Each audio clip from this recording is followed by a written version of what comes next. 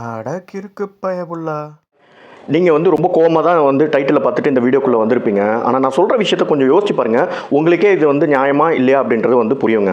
Actually ஒரு கட்சிக்கு என்ன ஒரு முக்கியமான ஒரு 4 விஷயம் வந்து தேவைப்படுதுங்க. ஒரு கட்சி எந்த கட்சியாக இருந்தாலுமே, எங்கே இருக்கிற கட்சியாக இருந்தாலுமே, எந்த உலகத்தில் இருக்கிற எந்த மூலையில் இருக்கிற கட்சியாக இருந்தாலுமே ஒரு 4 விஷயம் வந்து ரொம்ப ரொம்ப அவசியம் டு ரன் இன் பாலிடிக்ஸ். ஓகேங்களா? ஃபஸ்ட்டு வந்து பார்த்தீங்கன்னா கொள்கை. ஒரு கட்சிக்கு வந்து இதுதான் நாங்கள் வந்து கொள்கையாக வச்சுருக்கோம், இதை தான் வந்து நோக்கி நாங்கள் வந்து எங்களோட அரசியல் நகர்வுகளை நகர்த்துவோம் அப்படின்னு சொல்கிற மாதிரி வந்து ஒரு கொள்கை. ஃபார் எக்ஸாம்பிள் திராவிட கட்சிகள் பார்த்தீங்கன்னா எல்லோருக்கும் எல்லாருமே கிடைக்கணும், எஜுகேஷன் தான் வந்து முக்கியம், அதேமாதிரி வந்து பெண்களுக்கு வந்து எல்லா உரிமையும் கொடுக்கணும், சம உரிமை கொடுக்கணும் அப்படின்ற மாதிரிலாம் வந்து இருக்கு இல்லையா? அந்த மாதிரி வந்து கொள்கை வந்து ரொம்ப ரொம்ப முக்கியங்க. நெக்ஸ்ட் வந்து கட்டமைப்பு. கட்டமைப்புனா அதாவது ஒரு லீடர் ஃபாலோ பண்ணி கீழே வந்து ஜஸ்ட் வந்து தொண்டர்கள் இருக்கிறது வந்து நல்லது கிடையாதுங்க.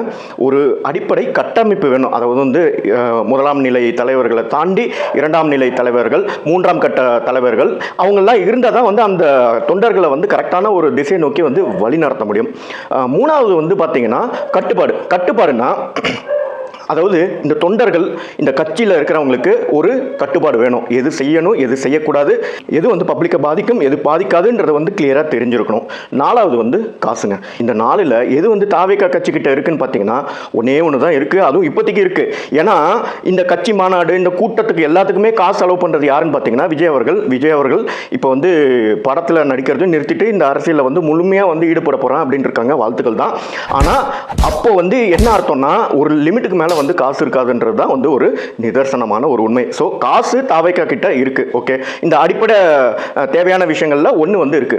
2வது வந்து பார்த்தீங்கன்னா கொள்கை இவங்க எழுதி வச்சிருக்காங்க. ஆனால் இவங்களோட ஃபேன்ஸ் தான் சொல்லி ஆகணும். நான் அடுத்து வரேன், அதை ஏன் சொல்கிறேன்னு போய் கேட்டிங்கன்னா ஒரு கொள்கை வந்து சொல்ல மாட்டாங்க. ஏன்னா நான் வந்து விஜய்க்காக தான் வந்து ஓட்டு போடுறேன், என் தலைவர் வந்து சிஎம்மாக பார்க்கணும் அப்படின்ட்டு ஒரு எப்படி சொல்கிறது, கடிவாளம் கட்டுன குதிரை கூட வந்து நேராக போகணுன்றது குதிரைக்கு தெரியும். ஆனால் இந்த கூட்டத்துக்கு வந்து என்ன பண்ணுறோம், எதுக்காக பண்ணுறோன்றதே தெரியல. கொள்கைன்றது வந்து அடிப்படை உறுப்பினர் வரைக்கும் தெரிஞ்சிருந்தால் தான் வந்து நீங்கள் வந்து பப்ளிக்கிட்ட பேச முடியும். கரெக்டுங்களா? அது பேசுகிறாங்களா? இல்லை. சரி, அடுத்து கட்டமைப்பு எப்படி இருக்குன்றது நம்ம இந்த கரூர் இன்சிடென்ட்லேயே பார்த்துட்டோம்.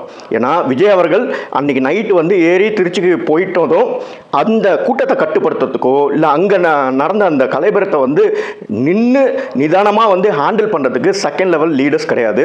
இத்தனைக்கும் வந்து நம்ம ஜெனரல் செக்ரட்டரி புஷி ஆனந்த் அவர்கள் பொந்துக்குள்ளே பூந்த பெருச்சாலி மாரி போய் பூந்துட்டு 16 நாள் கழித்து தான் வந்து வெளியில் வந்திருக்காரு. அதுவும் வந்து இந்த வழக்கெல்லாம் வந்து சிபிஐ விசாரிக்கலாம் அப்படின்னு சொல்லிட்டதுக்கப்புறம்.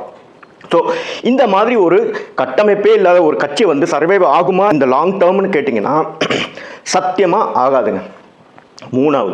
மூணாவது மோஸ்ட் இம்பார்ட்டன்ட் திங் கட்சிக்குன்னு ஒரு கட்டுப்பாடு இருக்கணும். அந்த தொண்டர்களுக்கு ஒரு கட்டுப்பாடு இருக்கணும். அந்த உறுப்பினர்களுக்கு ஒரு கட்டுப்பாடு இருக்கணும்.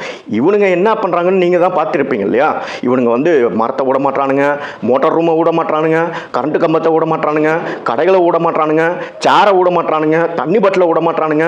ஒரு கட்டுக்கோப்பே இல்லாத ஒரு கூட்டத்தை வச்சுக்கிட்டு, ஒரு ரசிகர் பட்டாளத்தை வச்சுட்டு தாவேக சர்வே ஆகுமா இல்லையா அப்படின்னு கேட்டிங்கன்னா இந்த 26க்கு அப்புறம், அதாவது இந்த எலெக்ஷனுக்கு அப்புறம் வந்து நீங்கள் பார்ப்பீங்க தாவேகாவில் நிறைய இருக்க மாட்டாங்க. ஏன்னா எல்லாருமே வந்து ஒரு ஆக்டர் விஜய் அப்படின்ற மாதிரி தான் பார்த்து ஒரு ரசிகரா வந்து இந்த கூட்டத்திலலாம் வந்து கலந்துக்கிறதுனால தான் ஒரு கட்டுப்பாடு இல்லாமல், ஒரு டிசிப்ளின் இல்லாமல் இந்த குரங்குத்தனம்லாம் பண்ணிட்டு இருக்காங்க. எந்த குரங்குத்தனம்? இந்த மரத்தில் ஏறுறது, கரண்ட் கம்பத்தில் வந்து தொங்குறது, எவனோ ஓட்டுக்குள்ளே ஏறி வந்து பார்க்கறது தலைவரை, அதாவது அவங்க தலைவரை.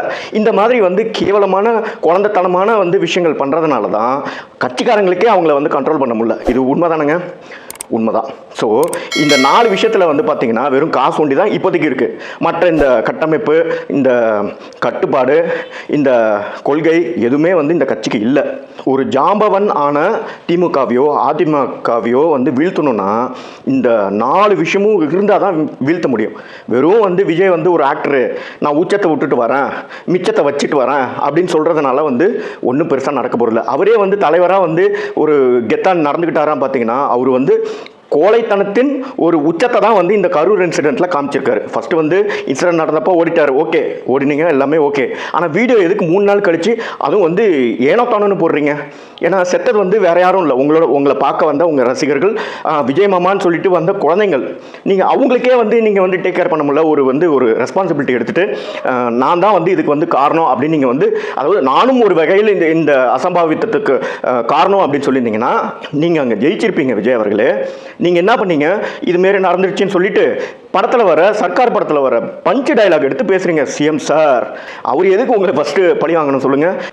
ஐயோ, நீங்கள் ஏங்க அவரை போய் சும்மா வம்புக்கு இழுக்கிறீங்க?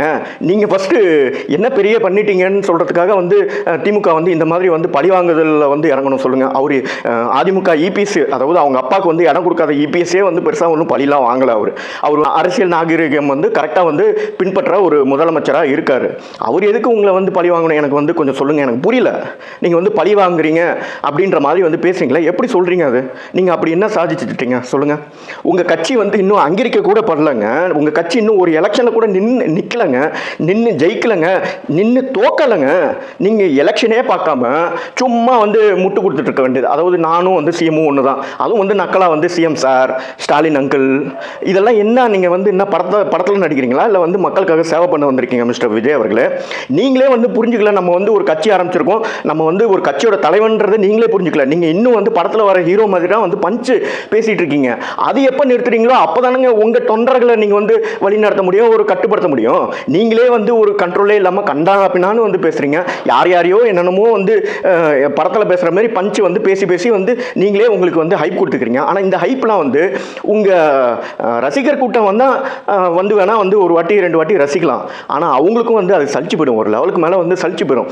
மக்களுக்கு என்ன தேவையோ அது பற்றி பேசணும், மக்கள் அடிப்படை வசதிகள் பற்றி பேசணும், மக்களுக்கு இருக்கிற இஷ்யூஸை பற்றி பேசணும். அதை பற்றி நீங்கள் ஏதாச்சும் பேசுனீங்களா?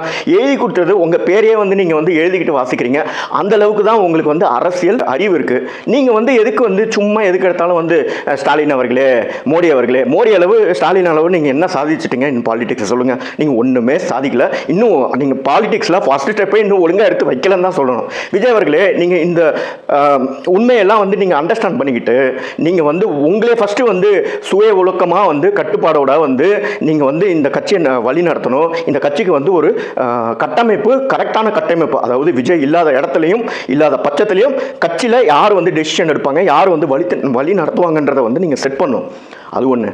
மூணாவது வந்து இதெல்லாம் பண்ணி உங்கள் தொண்டர்கள், அதாவது உங்கள் ரசிகர்களாக இருக்கிறவங்கள உங்களுக்கு தொண்டர்களாக மாற்றணும்.